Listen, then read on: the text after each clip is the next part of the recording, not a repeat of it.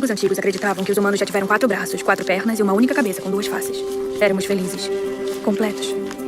Tão completos que os deuses, temendo que com isso não fôssemos adorá-los, nos dividiram ao meio. Deixando nossas metades vagando pela terra em sofrimento.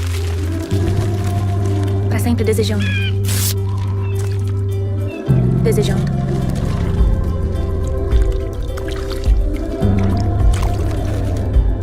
Desejando.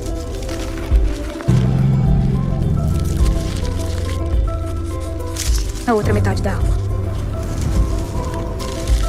Dizem que quando uma metade acha a outra, há um entendimento implícito. Uma unidade. E elas não conhecerão alegria maior do que essa. Já que o senhor mencionou o diálogo Menon, recordei de uma dúvida que tive ao ler a teoria da reminiscência. Esta consiste, até onde entendi, em afirmar que nada aprendemos, mas apenas recordamos o que a alma vivenciou em outra esfera de existência.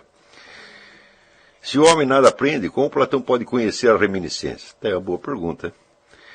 Não me parece que a reminiscência vivida, a não ser que essa própria também apenas se recorde uma vivência de um terceiro plano de existência, que criaria uma sequência infinita. Você tem toda a razão.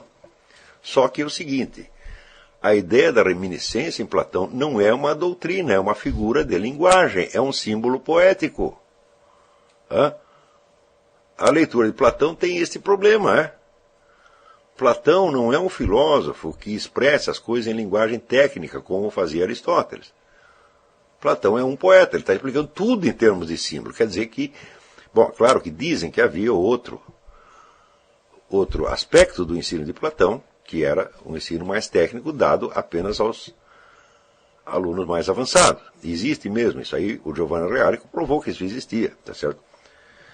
Porém, isso não é o que está nos diálogos. O diálogo é o começo, é a porta de entrada. E essa porta de entrada é feita em linguagem poética, ou seja, nada é muito preciso ali. E por isso, muitas vezes, o pessoal perde tempo discutindo doutrinas de Platão, quando não há nenhuma doutrina de Platão, há uma imagem, um símbolo a ser compreendido.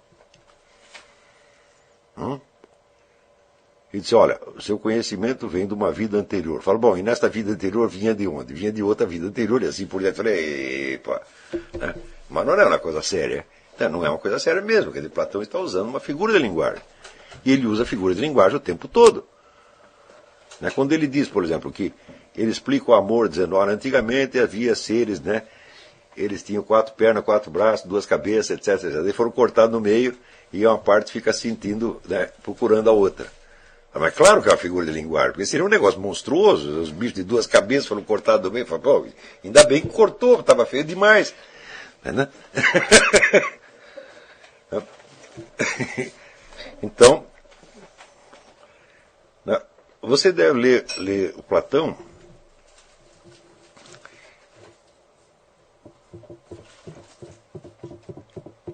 ficando aberta à sugestividade da linguagem. Tá certo? Sem querer tirar conclusões filosóficas, porque as conclusões filosóficas não estão lá. Elas estão no segundo andar, nas chamadas leis não escritas, no seu ensinamento não escrito. É lá que está. Nos diálogos não está. Nos diálogos está apenas onde um mundo infinito de imagens, de sugestões, etc, etc. Né? Você vê que sempre o Sócrates vai discutindo as coisas e tal, e mostra que uma opinião está errada, que a outra está errada, daí pergunta qual é a sua opinião mesmo. Então o que ele faz? Ele conta um mito. Ele não dá opinião, ele conta um mito. Ou seja, ele sugere. Tá certo? O mito, o símbolo, né? Suzanne Langer que definia, dizia, o símbolo é uma matriz de intelecções. Então o que Platão está te dando ali não é... Você não vai ter uma intuição filosófica da verdade. Você tem um símbolo que vai proliferar em centenas de intuições. E esta é a grande vantagem de você ler Platão. Quer dizer, o símbolo tem uma função, por assim dizer, hormonal na inteligência. Ele põe aquilo para funcionar. Né? Então é inútil discutir. Né?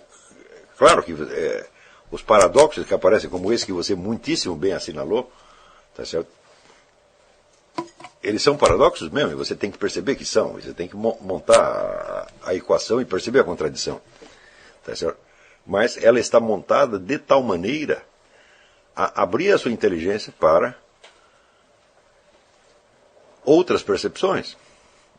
Ou seja, esses diálogos eles não estão fechando conclusões. Eles estão, quer dizer, abrindo a imaginação para possibilidades ilimitadas. E é por isso mesmo que a gente lê Platão. É nesse sentido que Platão nos alimenta de inspiração pelo resto da vida.